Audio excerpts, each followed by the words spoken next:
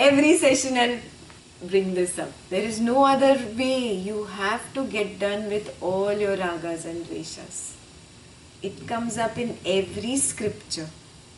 Yeah? Any scripture you pick up, finish Patanjali, you go to Ashtavakra, he talks about the same thing.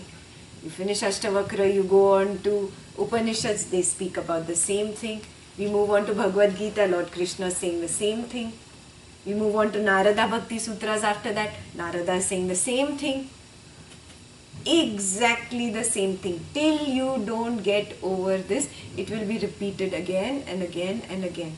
And then you go to Yoga Vashishta, and Yoga Vashishta is beating you with the same thing again and again and again. People who are reading the Yoga Vashishta are like, oh my God, he's repeating this the umpteenth time. The intellect gets tired of it. Yeah? But it's required. Why? You repeated anger so many times in your life. Can you even remember how many times you got angry? How many times till today in these 30, 40, 50, 60 years have you become jealous? Can you count?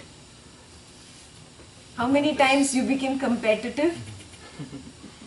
How many times you were greedy? How many times you were miserly? How many times were you sad? So much you have collected. How do you want to get over it so easily? And you repeated the same pattern, na? Yeah? A thorn is killed by a thorn. Like destroys likes. Yeah? That is the way it is done. Repetition caused the habit pattern. Now to undo the habit pattern, I have to keep repeating the cure. Are you getting it? Till this disease is completely wiped off. It's like cancer in your body, in your mind. Yeah? It has to be undone now. That is why repetition will happen. Don't worry. In different ways. That is why I come up with all different ways to do it, so that you feel it's new. Finally, it's the same thing. Yeah? Every knowledge session will just appear. Oh, this is a new way to approach it.